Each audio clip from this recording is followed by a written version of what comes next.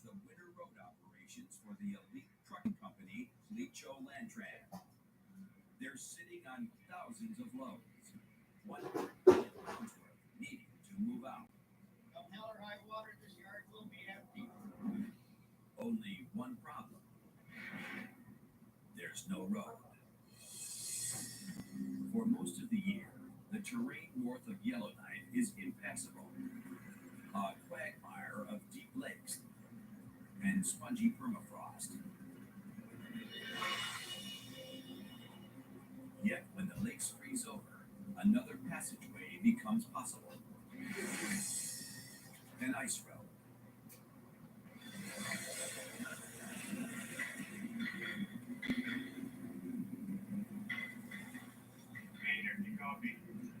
The first vehicle ventures onto the surface of a frozen lake. It's a Hägglund, a personnel carrier used by the Swedish Army. There's a good reason why the Hägglund is first on the ice. It floats. If the machine doesn't go in, we have an escape hatch in the front. We got one right here. Basically, grab, pull the lever down to the lens, and bail up. The team precisely measures the thickness of the ice using ground-penetrating radar. Back of the unit is our radar, go by the sled. This screen is me, the top of my ice, and this line right here is the actual bottom of the ice right now. When the ice is at least 16 inches thick, it's ready for a road.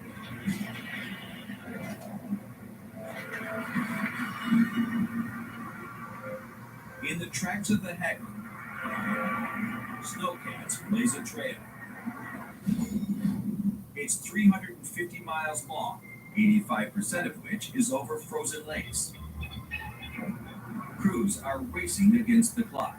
They have just 30 days to build a road that'll last maybe twice as long.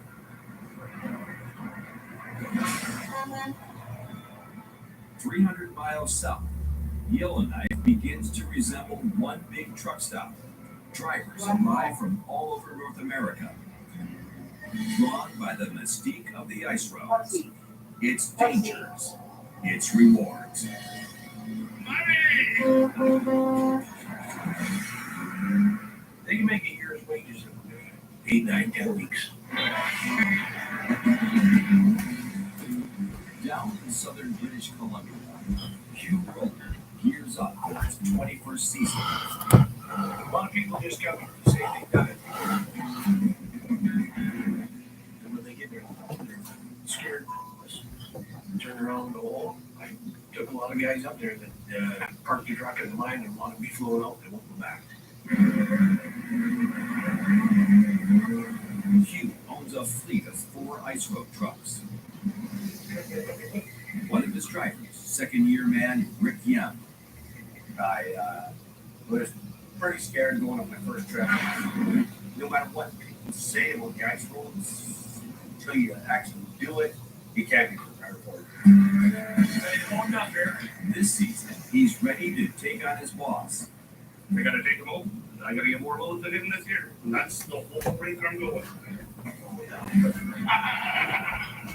And Rex. That's just the way Rick is. You don't believe what half of what he says. Right there, he has the good die on it. I got a long life to live. Hoping to run with the veterans is rookie Drew Sherwood. Drew Sherwood, 45 years old, and I'm the newbie. Never done this before. I'm the rookie. Rookies tend to wash out. Road conditions, accidents, and sheer panic sends them packing. As for Drew, Not a hope in hell. I'm here for the long run. Like I say, he talks cheap whiskey glass money. You see, separate men from boys when you get there.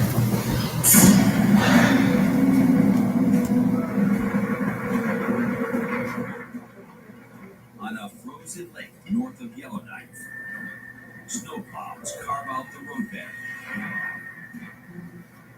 As the lake's surface is exposed, the illusion of being on solid ground vanishes.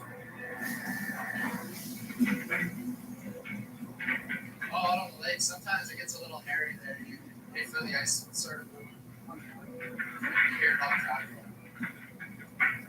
I guess I've heard a lot of the accidents that did happen where people were going through the ice was in the plow truck. And a few people have lost their lives. December 29th, 2004. Prosperous Lake, 35 below.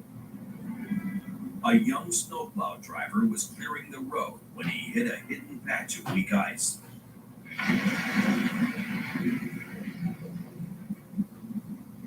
The plow dropped 285 feet to the bottom of the lake. In 35 below, the water refreezes within minutes, sealing off any possibility of escape. In the 75-year history of the ice roads, dozens of men have lost their lives this way. Yeah, later on tonight, we're going to do that later on tonight, yeah. Night falls, but the job doesn't stop. The road builders are now working around the clock, because very soon there'll be 18-wheelers rolling on the ice. In Kelowna, British Columbia, Hugh Rowland and his team get the call. They're about to set out on their 1,400-mile trek north, around the top of Great Slave Lake to Yellowknife, and the gateway to the ice road.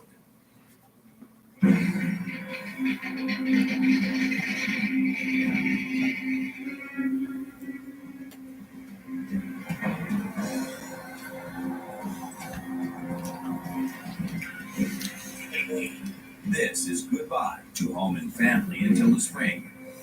I hate it. It doesn't get any easier. It's just a really long time to be apart.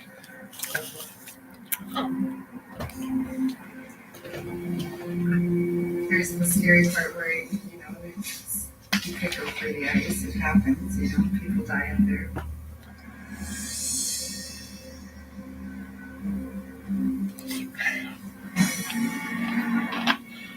I wonder how it works in Canada. Use Convoy, it's the highway. I wonder how it works in Canada.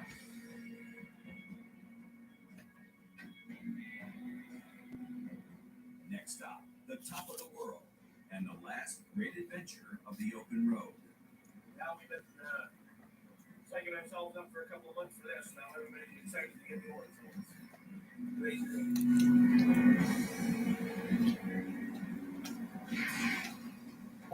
Up ahead, whiteouts, breakdowns, deadly cold. Snowing right now.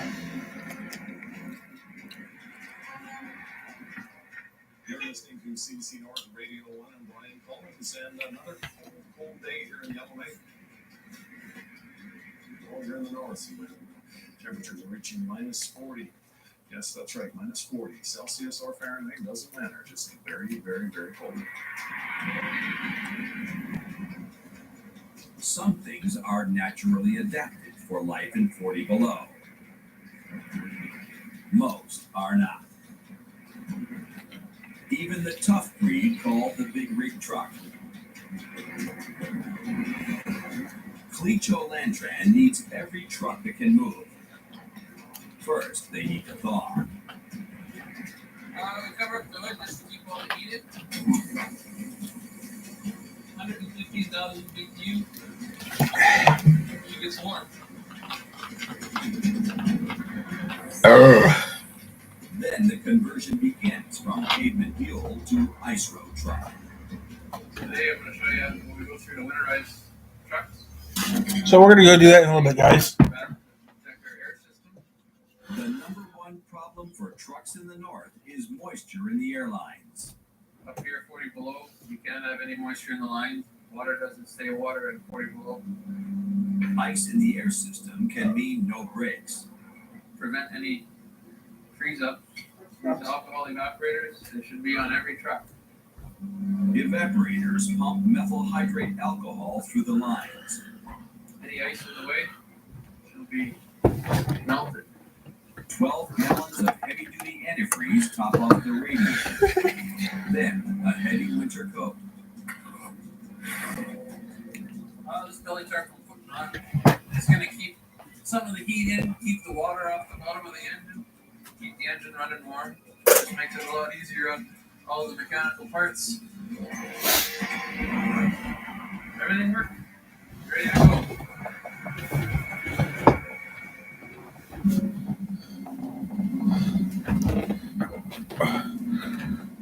Now, when you're driving on ice, it's not really solid. It doesn't stay flat. It bends, it shapes, and all that kind of stuff. And if you break the rules by speeding, then there's a possibility you could go through the ice. As a semi moves across the lake, the ice bends under the weight. This starts up. I need to have any bigger shoe, any bigger speed. The surface. If the driver exceeds a critical speed, the wave grows so powerful it can burst through the ice. And the guy behind you will be driving into that pool of water, right? So we're not talking about just safety of yourself, but also looking out for those guys behind you. All this is sobering news to 21-year-old TJ Tilcox. He's been driving trucks since he was 16, but does his over-the-road experience translate to the ice? Oh, I seen an ad in the paper for it, and I thought that's truck driving, and I could probably do it. I've seen lots of people who froze to death, and it never makes for a good-looking corpse. So don't do that. Okay, so First thing that goes through my mind, I think, when I come onto the ice, be cross my fingers and pray that. Snowing again, which is snowing earlier today. But it's so warm out, it melts on contact. That's the thing. 200 miles north of Yellowknife, road construction enters a crucial phase, building the portage or land crossing. What is now It's so cold, I have to put my socks on. I should have bought some slippers.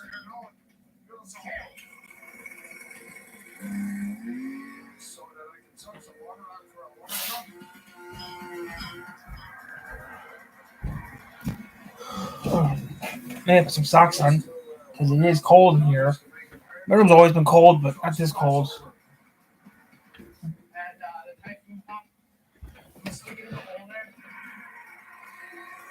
I might do some GTA.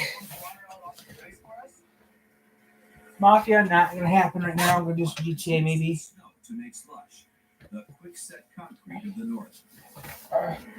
Okay, that's a little warm. That's a little warmer now. Back on the lake, they flood the road. As the water freezes, it forms another inch of protection from the frigid depths below. 350 miles of open ice and land bridges are now stitched together, ready for the big rigs. I don't know if you've noticed, but it's getting to be that time of year again. The truckers are arriving in town, and any day now we'll see that ice road. We just got in 3,000 kilometers from Kelowna, BC to Yellowknife in the Northwest Territories. First stop, nearest bar? Are you next guy? No, it's the urine test for drugs.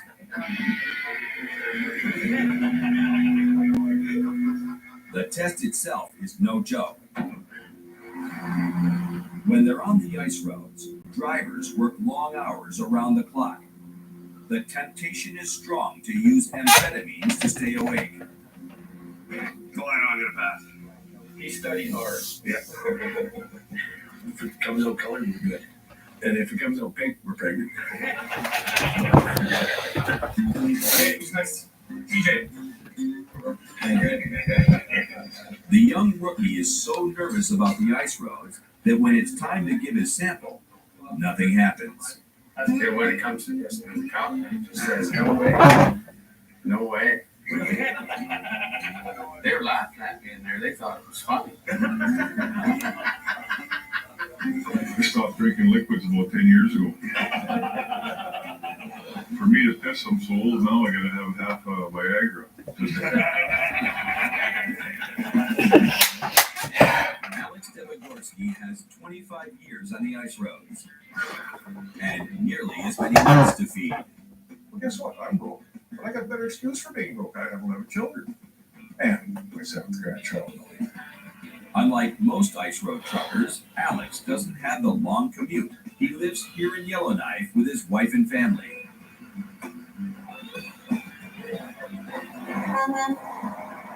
Every day is my last load. I got to get as many loads as possible. I got to feed these 11 kids, and I have to have some cash. Maybe I'd like to buy a Cadillac and smoke big cigars one day too. As for the drug test, Right, so you can see this side controls on test and make it. I passed. I'm going to get a free certificate in the back so they'll be able to see it from a quarter mile away. I passed the test, pretty and pink, ready to ride the road. We're out here. It's starting to snow again, so yeah.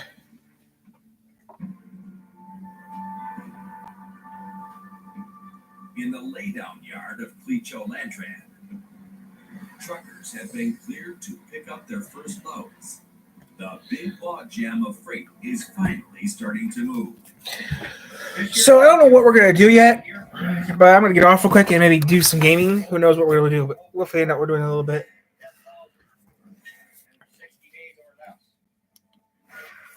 Last year was abnormally warm. El Nino. Season short, 2 weeks earlier than usual. The highway dissolved into slush. This year, the pressure's on. Some of this stuff, unfortunately, never made the winter road last year. So who knows? Season, Maybe I'll just do that instead. everything is a priority. At any moment, highway officials will open the road. I got some videos I can put on right now. The hibernation of the North is almost over.